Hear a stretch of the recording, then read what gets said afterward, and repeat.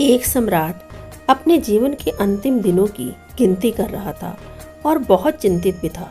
मृत्यु से नहीं, वरना अपने 3 लड़कों से, जिनके हाथ में उसे राज्य को सौंपना था।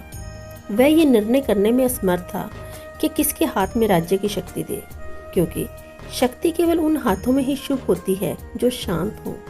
और यह निर्णय बहुत कठिन था कि उन तीनों में शांत कौन है।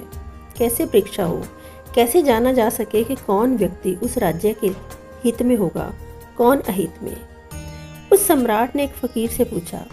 उस फकीर ने कोई रास्ता बताया और दूसरे दिन सुबह उसने तीनों अपने बेटों को बुलाया और उन्हें 100 रुपये दिए और कहा कि 3 जो महल हैं उनके नाम ये हैं। ये 100 रुपये में देता हूँ। 100 रुपये में ऐसी चीज़ें खरीदना कि पूरा महल भर जाए, कुछ जगह खाली न बचे। जो तीनों में सर्वाधिक सफल होगा वही सम्राट बनेगा, वही राज्य का अधिकारी होगा। पहले राजकुमार ने सोचा 100 रुपये से क्या महल भरा जा सकता है। वह गया जुआ घर में और 100 रुपये उसने दांव पर लगाए।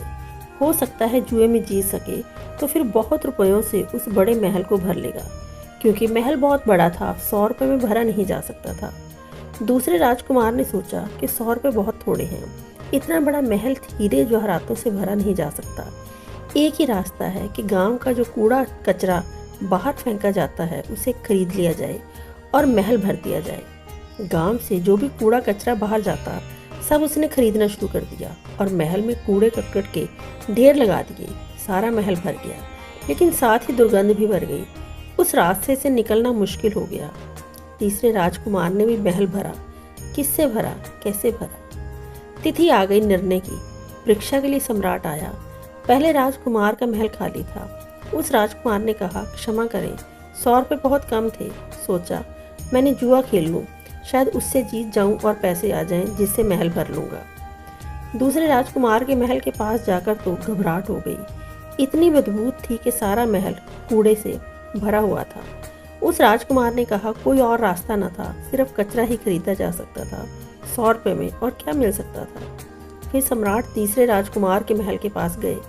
देखकर दंग रह गए परीक्षार्थी। जो निर्णायक थे वे देखकर आश्चर्य से भर गए।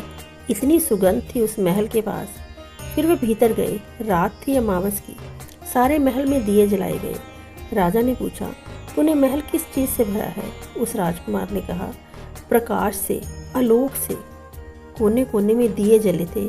सारा महल प्रकाश से भरा था और सुगंधित छिड़की गई थी, और महल के द्वार द्वार, खिड़की खिड़की पर फूल लटकाए गए थे। वह महल सुगंध से भरा था, प्रकाश से भरा हुआ था। तीसरा राजकुमार सम्राट हो गया। वह उस राज्य का अधिकारी हो गया।